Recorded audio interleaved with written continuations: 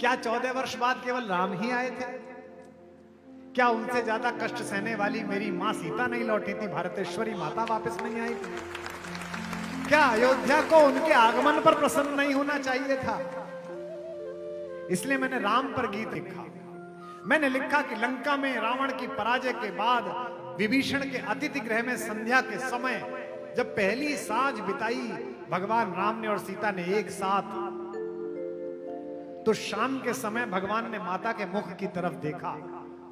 यहां विवाहित लोग बैठे हैं, शादी को 25-30 साल हो जाएं तो भाषा गायब हो जाती है, संकेत प्रमुख हो जाते हैं।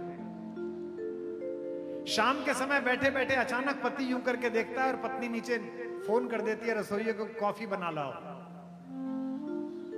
आदमी कुछ हाथ से ढूंढ रहा होता है और पत्नी चश्मा ला के दे देती है कि लो इसे ढूंढ रहे थे। प्रेम पग जाता है, अस्तित्व में रच बस जाता है। तो राम जी ने सीता जी की तरफ देखा, सीता जी ने अपनी आंखों से जो कहा होगा मैं उसे गीत बनाकर सुना रहा हूं। हजारों लोग पीछे तक सुन रहे हैं, गंगा की लहरें सुन रही हैं। इस सौभाग्य पर इतराइए और मेरे साथ गाइए। आज तक राम की कहानी सुनी होगी जमीन पर बैठकर, यह पहली बार हो रहा है कि मां गोदी में बैठकर आपको सुना रही है, गंगा गोदी कि चलो अब लौट चले रघुराई, चलो अब लौट चले रघुराई, चलो अब लौट चले रघुराई, चलो अब लौट चले रघुराई। जन जन के हित इस निर्जन में, जन जन के हित इस निर्जन में हमने उम्र खपाई। चलो अब लौट चले रघुराई, चलो अब लौट चले रघुराई। जो राम के साथ जीवन बिता रही हूं उनको क्या कष्ट है, लेकिन दोनों कष्ट में है। लंका में न राम खुश हैं, जीतने के बाद ना मेरी मां खुश है। शाम के समय लक्ष्मण पूछते हैं कि भैया पूरे विश्व में आपका यश फैल गया है, मां आपके पार्श्व में है, हनुमान चरणों में है, मैं प्रणाम में खड़ा हूं, चेहरा इतना म्लान क्यों है? घट रामायण में श्लोक आता है, अपि स्वर्णमयी लंका नमे लक्ष्मण रोचते, जननी जन्म भूमिश्च स्वर्गादपि गरीयसी। जिस माता की तीनों बहनें उसकी द्योरानी बन गई हो, मांडवी, श्रुतकीर्ति और उर्मिला, उसे सरयू के किनारे बसी हुई अवधपुरी याद तो आती ही होगी। चलो अब लौट चले रघुराई, चलो अब लौट चले रघुराई। सरयू के तट बिलख रहे हैं, सरयू के तट बिलख रहे हैं, रसते रसता निरख रहे हैं, रसते रसता निरख रहे हैं। सासें देवर संग सहेली, सासें देवर संग सहेली, उर्मिल मांडवी श्रुति अकेली, उर्मिल मांडवी श्रुति अकेली।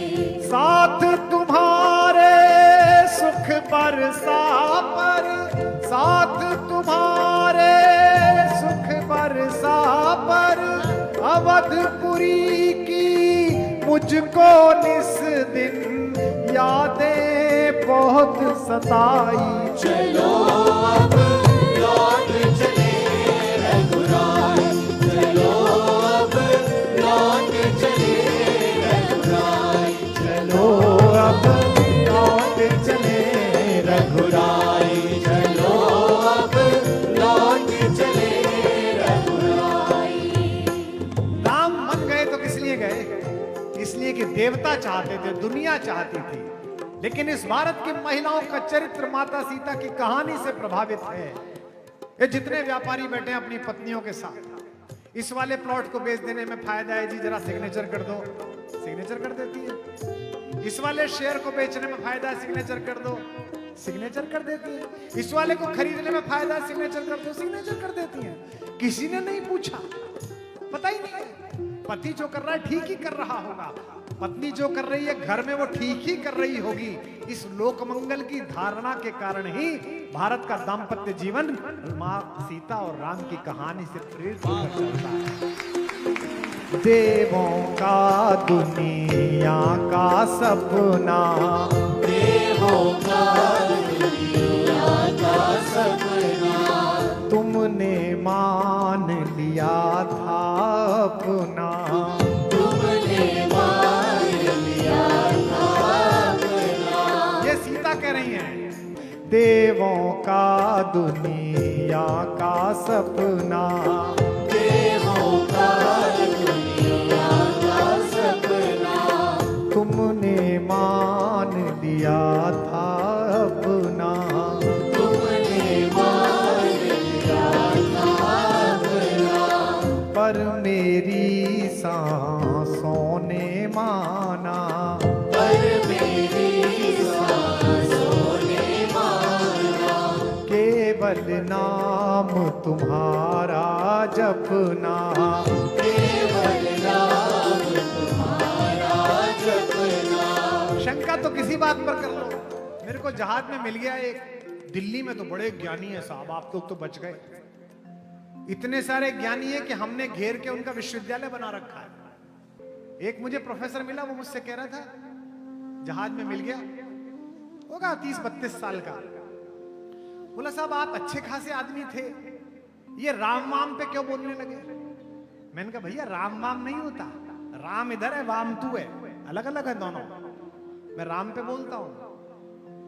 बोले कि आपके राम इतने ना समझते कि सोने के हिरन के पीछे चले। मैं चुप रह गया, मैंने कहा मूर्ख है। इतने बीच में वो खाना देने वाली कन्या आ गई, व्योमबाला एयर होस्टेस। तो पीछे से उसका छोटा बच्चा आया, उसकी पत्नी पीछे बैठी थी सास के साथ, 1.5 साल का बच्चा था। उसको लघुशंका जाना था, टॉयलेट जाना था। उसने अपने बाप से कहा पापा चूचू आ लई है। तो उसके बाप ने उसी भाषा में बोला, अच्छा मेरे बेटे को चूचू आ लई है। तो मैंने उससे पूछा कि आप इसी भाषा में क्लास पढ़ाते हो क्या? बोले नहीं नहीं, ये तो मैं इसका मन रखने के लिए अभिनय कर रहा हूं। मैंने कहा तू अपनी औलाद का मन रखने के लिए अभिनय कर सकता है, तो हमारा बाप भी जब पृथ्वी पे आया तो हमारा मन रखने के लिए अभिनय किया और सोने के हिरन के पीछे भागा।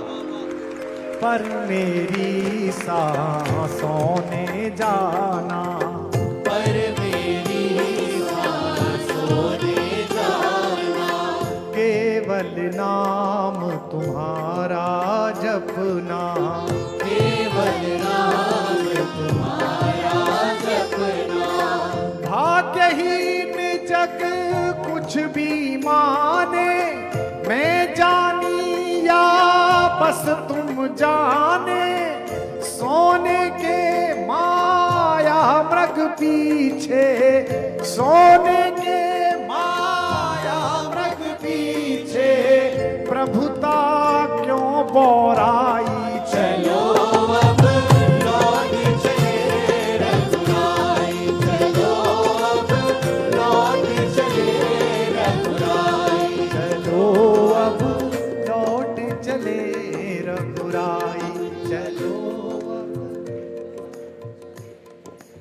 अंतिम मंद पढ़ रहा हूं इस कविता का। चलो अब लौट चले रघुराई, चलो अब लौट चले रघुराई। ये सवाल इस देश की व्यवस्था से, इस देश के बुद्धिजीवियों से पूछा जाना चाहिए था, लेकिन लोग अपनी अपनी पार्टियों के हित में उलझे रहे, वोट बैंक साधने में उलझे रहे। 75 वर्ष ये सवाल पड़ा रहा, तब जाकर भगवान अपने मंदिर में वापस लौटे। इस सवाल को पूछने में लोगों की जबान लड़खड़ाती है कि एक नदी में नहाने के लिए शुल्क क्यों लगाया गया। यहां दशमेश पिता गुरु गोविंद सिंह के वंशज मुझे दिखाई दे रहे हैं, पगड़ीधारी सिख। इनका पुरुषार्थ और पराक्रम इतना अद्भुत है, पूरे विश्व में एक गुरुद्वारा ढूंढ कर ला दीजिए जो किसी दूसरे के धर्म स्थान को तोड़कर बनाया गया। 24 तीर्थंकर क्षत्रियों के जिस जैन समाज में हुए, एक जिनालय ढूंढ कर लाकर दीजिए जो दूसरे के धर्म स्थान को तोड़कर बनाया गया। ये आप किस तरीके से सोचते हैं हुजूर रेगिस्तान से आकर ऊंट पर बैठकर कि वर्चस्व के लिए पहला काम यही है कि आप दूसरे के मंदिरों को तोड़ दें? जब भगवान का विग्रह प्रकट हुआ अयोध्या जी में और उद्घोषक जी ने बताया, चंपत जी भाई साहब ने कहा कि भगवान के माथे पर जो टीका लगा हुआ है ये सूरत के हीरा व्यापारियों ने भेजा है और इसमें लगे हुए हीरो हीरे 150 करोड़ की लागत के हैं। भगवान के गले में जो मणियों की श्रृंखला है ये बंबई के व्यापारियों ने बनाकर भेजा है, इसकी 400 करोड़ कीमत है। ये जो 7 दरवाजों पर सोना मड़ा है ये 600 करोड़ है। तो मेरे मन में केवल एक बात आई कि आज से 500 साल पहले जिस जाहिल ने ये सोचकर ये मंदिर तोड़ा था कि हिंदुओं के मंदिर से हीरे जवाहरात मिलेंगे, उन्हें लूटकर हम अमीर हो जाएंगे, बगदाद पार के वो जाहिल आज भी गधे पर सवारी कर रहे हैं और मेरे राम के मुकुट में हजारों के हीरे टंगे हैं।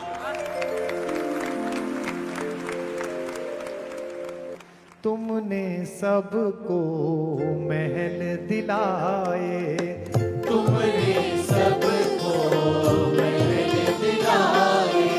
ये मेरी माँ सीता पूछ रही है मेरे पिता राघवेंद्र सरकार से, तुमने सबको महल दिलाए, तुमने सबको महल दिलाए।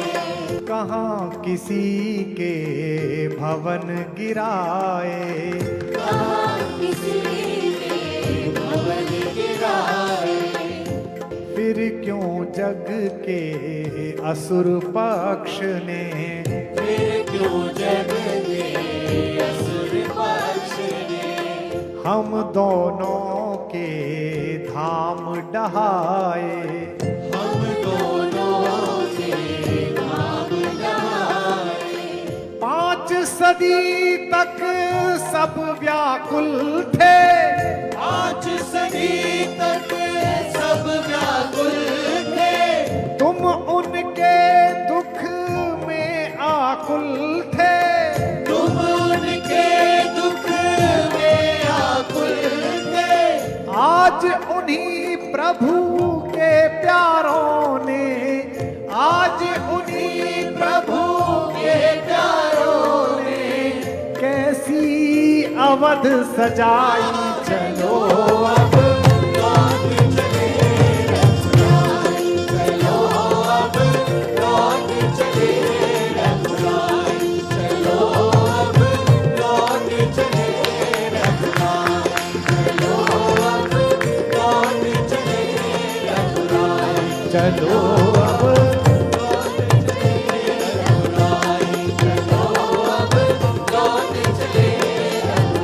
यूं गाइए, अवध में आए गए रघुराई, अवध में आए गए रघुराई। अवध में आए गए रघुराई। नाच रही है दुनिया सारी, नाच रही है दुनिया सारी। नाचे तीनों भाई अवध में आए गए रघुराई। अवध में आए गए रघुराई। अवध में आए गए रघुराई।